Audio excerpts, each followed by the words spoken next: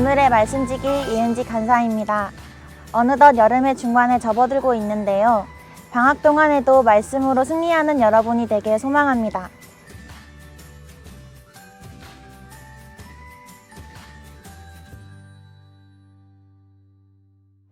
오늘 말씀은 로마서 11장 25절에서 36절 말씀입니다.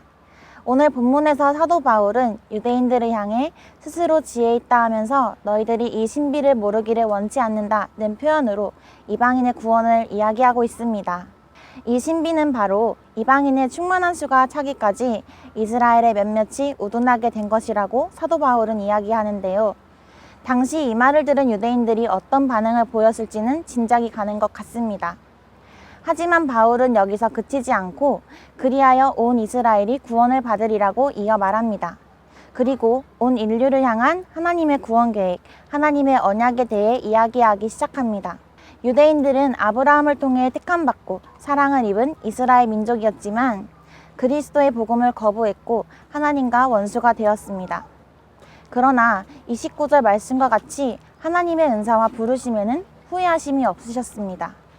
이 부분에서 바울은 긍휼이라는 관점을 통해 바라보고 있습니다.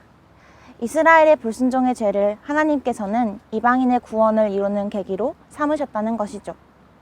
그래서 오늘 말씀은 유대인뿐 아니라 이방인들도 하나님의 긍휼을 입은 자들이며 결국 이 긍휼이 불순종한 유대인들에게까지도 입혀지게 됨을 알려줍니다.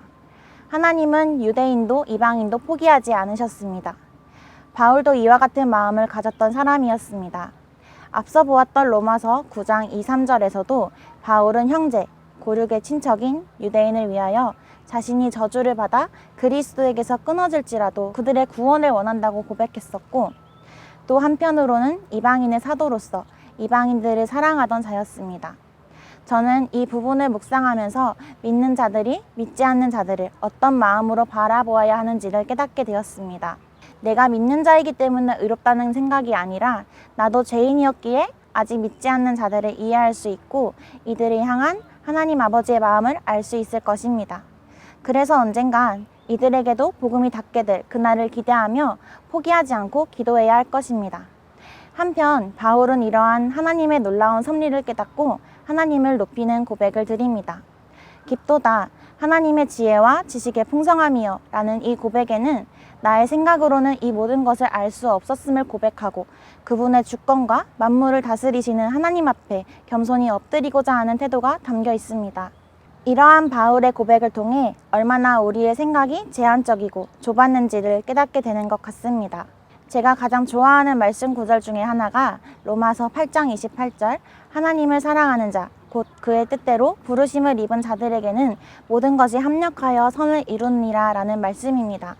이 말씀처럼 하나님의 뜻 가운데 부르심을 입은 자들을 통해 모든 것을 합력하여 선을 이루어 가시는 하나님의 구원 계획을 오늘 본문 말씀을 통해 더 깊이 깨닫게 되는 것 같습니다.